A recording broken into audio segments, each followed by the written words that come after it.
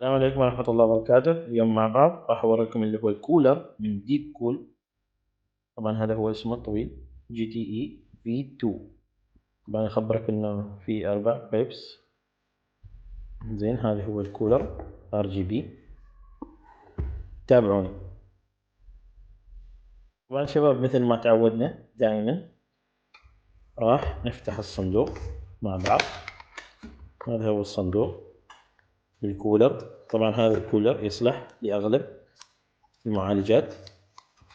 طبعا هذه الأدوات، هذا المعجون الحراري مع بعض. طبعا هذا هو الكيبل اللي هو خاص بالتحكم بالإضاءات. تمام، هذا هو الكولر راح نشوفه مع بعض، نطلع مع بعض. هذا هو الكولر. طبعا أخبرك إنك لازم تزيل هذا قبل الاستخدام. تمام، هذا هو المروحة اللي هي تحتوي على 4 بنس. طبعا هذا هو المتحكم بالإضاءات.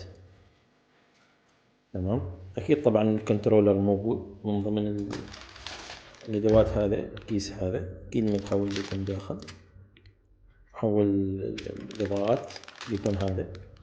راح أفك الكمية. تمام، ما في شي في الصندوق باستثناء الكتيب. زيل هذا شوية بس عنه. طبعا هذا شباب سعره 14 ريال عماني. طبعا هذا هو كيف طريقة التركيب. كتيب كبير. تمام، راح يفيدك إذا كنت ما تعرف، راح يفيدك طريقة الاستخدام. طبعا هذا مثل ما خبرتكم الكولر هو هذا. طبعا هذا الأدوات، ما راح أطلع كل شيء بس راح أوريكم اللي هو RGB تحكم الإضاءات. هذا تركبه، هذا دايركت تركبه على المذر بورد.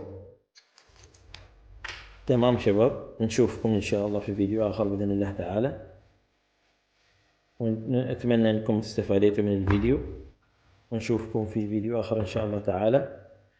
نلقاكم على خير. السلام عليكم.